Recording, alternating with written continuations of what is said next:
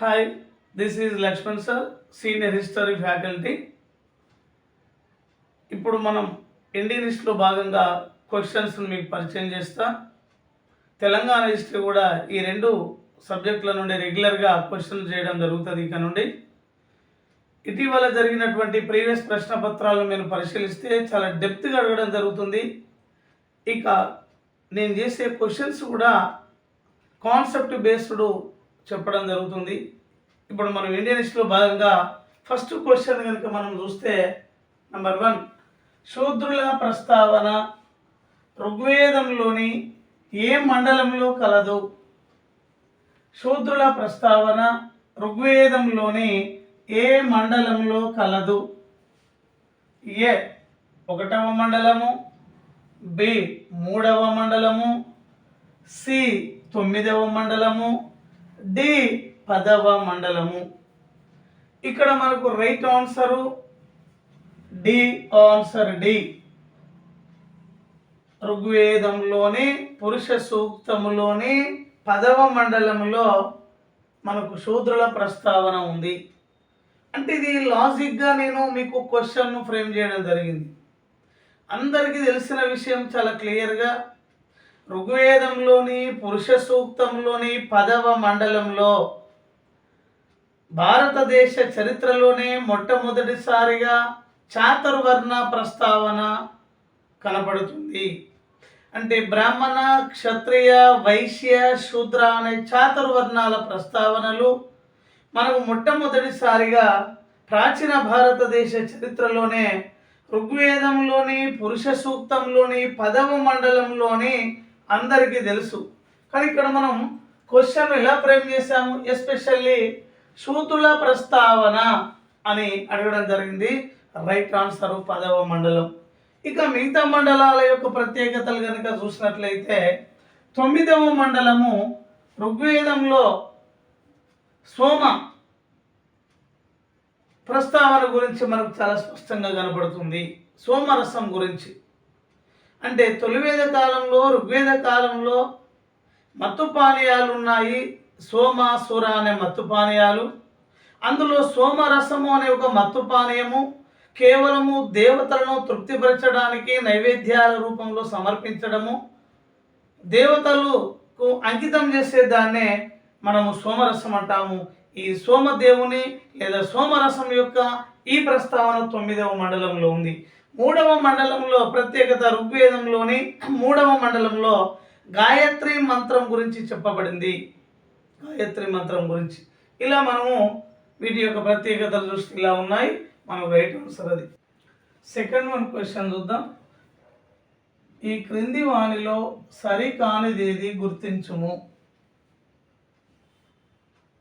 ఈ క్రింది వానిలో సరికానిదేది గుర్తించుము. సరికానిది ఏ మోక్షమును వైదిక మతము కేవలము అగ్రవర్ణాలకే పరిమితం చేయగా బౌద్ధ, జైన మతాలు అందరికీ అందుబాటులోకి తెచ్చాయి.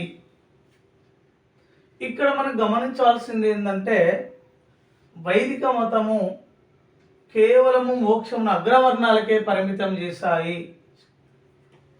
ఇది రైటే. అంటే సమాజంలో ఆర్యుల కాలంలో యజ్ఞయాగాది క్రతువులు నిర్వహించడానికి అగ్రవర్ణాలకే అవకాశం ఉంది. దిగువ వర్ణాల వారికి ఈ యాగాది క్రతువుల్లో పాల్గొనే అవకాశం లేదు. కాబట్టి దిగువ వర్ణాల వారు మోక్షానికి దూరమైనారు. ఈ విషయాన్ని గమనించినటువంటి క్రీస్తు పూర్వము 6వ శతాబ్దిలో వైదిక సంస్కృతికి వ్యతిరేకంగా జనించిన ఈ జైన బౌద్ధ మతాలు వారి కాలంలో సమాజంలోని అన్ని వర్గాల వారికి, అంటే దిగువ వర్గాల వారికి కూడా మోక్షాన్ని సిద్ధించే విధంగా ఇక మోక్షమును అన్ని వర్గాల వారికి అందుబాటులోకి తెచ్చినటువంటి వారు మనకు జైన బౌద్ధ మతాలు.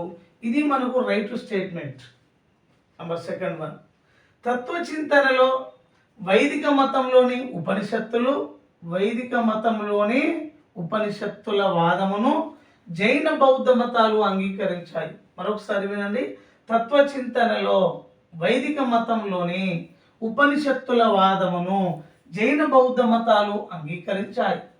ఇక్కడ వైదిక మతంలోని ఉపనిషత్తుల అనే స్టేట్మెంట్ను మీరు గమనిస్తే, అంటే వైదిక యుగంలో ఋగ్వేద కాలము, మలివేద కాలము, అంటే Vedic period, later Vedic period, అంటే తొలివేద ఋగ్వేద సంస్కృతి, మలివేద నాగరికత అని 2 కాలాలు ఉన్నాయి మనకు ఆర్యుల కాలంలో.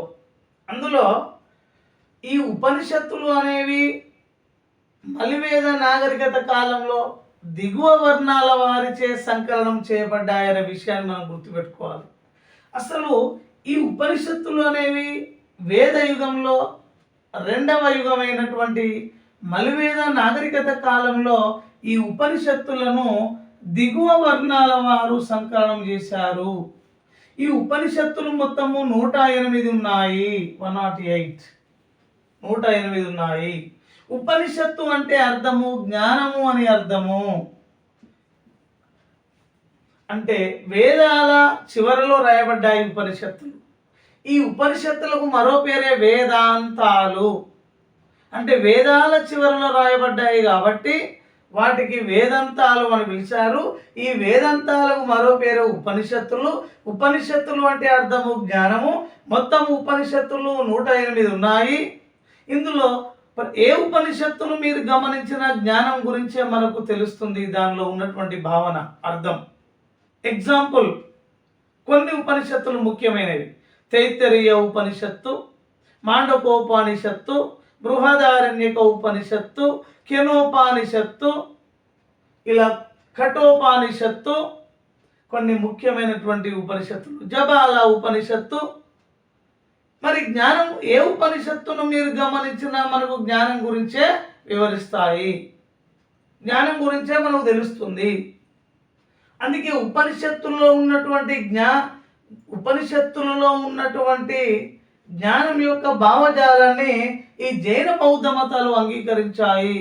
ఇది సరైనటువంటి స్టేట్మెంటే, మనం గుర్తుపెట్టుకోవాలి. ఎగ్జాంపుల్, తైత్తరీయ ఉపనిషత్తుల్లో ఏం చెప్పబడింది అని అంటే, మాతృదేవోభవ, పితృదేవోభవ, ఆచార్య దేవోభవ, అతిథి దేవోభవ అని ప్రస్తావించబడింది. అంటే మొదట తల్లికి గౌరవించాలి, తర్వాత తండ్రిని గౌరవించాలి, తర్వాత గురువుని గౌరవించాలి, మన అతిథులను కూడా గౌరవించాలి. అంటే దీని అర్థం ఏంటిది? జ్ఞానాన్ని చాలా స్పష్టంగా ఇందులో ప్రస్తావించడం జరిగింది. అంటే ఏ ఉపనిషత్తును చూసినా కూడా మనకు జ్ఞానము అనే విషయం చాలా స్పష్టంగా దోహదపడుతుంది. ఈ ఉపనిషత్తులో ఉన్నటువంటి జ్ఞాన సారాంశాన్ని జైన బౌద్ధ మతాలు కూడా అంగీకరించాయి. ఈ స్టేట్మెంట్ కూడా సరైనదే. నెంబర్ 3 సి, జైన బౌద్ధ మతాలు కుల వ్యవస్థలోని లోపాలను వ్యతిరేకించాయే కానీ కుల వ్యవస్థను కాదు. స్టేట్మెంట్ చూడండి ఎంత లాజిక్గా ఉందో మనము గమనించాలి. అంటే ఇక్కడ కుల వ్యవస్థను వ్యతిరేకించలేదు జైన బౌద్ధ మతాలు, కేవలము కుల వ్యవస్థలోని ఎగ్జాంపుల్ యజ్ఞయాగాది క్రతువులు కావచ్చు, బ్రాహ్మణాధిక్యత కావచ్చు, కర్మకాండలు కావచ్చు, ఇలాంటి భావజాలాన్ని మాత్రమే వ్యతిరేకించాయి. కుల వ్యవస్థలోని లోపాలను మాత్రమే ఎండగట్టాయి, వ్యతిరేకించాయి, కానీ కుల వ్యవస్థను కాదు అనేది చాలా నిజమైనటువంటి స్టేట్మెంట్. ఇది కూడా సరైనదే. మనకు ఈ క్వశ్చన్కు ఆన్సర్ ఏంది? ఇప్పుడు డి ఆన్సర్. సరికానిది ఏదన్నాడు, ఇది సరికాదు, ఇవన్నీ సరైనవే.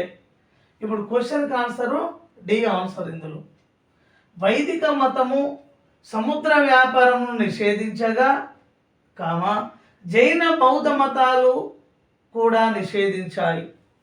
కానీ ఇక్కడ ఈ లాస్ట్ స్టేట్మెంట్లో సగం రైట్ ఉన్నది, సగం తప్పు ఉంది. కాబట్టి దీనికి ఆన్సరు ఇదే ఆన్సర్. వైదిక మతం అనేది సముద్ర వ్యాపారాన్ని నిషేధించింది, ఇది వాస్తవమే. కానీ ఇదే స్టేట్మెంట్లో ఇంకేం చెప్పాము? ఏ వైదిక మతం అయితే సముద్ర వ్యాపారమును నిషేధించిందో, వైదిక మతం అనంతరము భారతదేశంలో ఆవిర్భవించినటువంటి జైన బౌద్ధ మతాలు కూడా ఈ సముద్ర వ్యాపారాన్ని నిషేధించాయని మనం స్టేట్మెంట్లో ఇచ్చాము.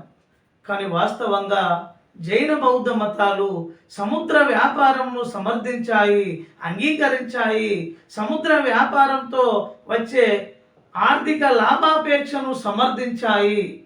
ఇది వాస్తవం. కానీ ఇక్కడ మనకి క్వశ్చన్కు రైట్ ఆన్సర్ డి. వైదిక మతము సముద్ర వ్యాపారం నిషేధించగా జైన బౌద్ధ మతాలు కూడా నిషేధించే అన్నాం. కానీ వాస్తవంగా జైన బౌద్ధ మతాలు ఏది నిషేధించలేదు. సముద్ర వ్యాపారాన్ని జైన బౌద్ధ మతాలు మాత్రము సమర్థించాయి. లాభాపేక్షను సమర్థించాయి జైన బౌద్ధ మతాలు. ఓకే, ఈ కోణంలో మనము క్వశ్చన్స్ను మనం చేద్దాం రెగ్యులర్గా. Okay, thank you. సబ్స్క్రైబ్ చేయండి, లైక్ చేయండి.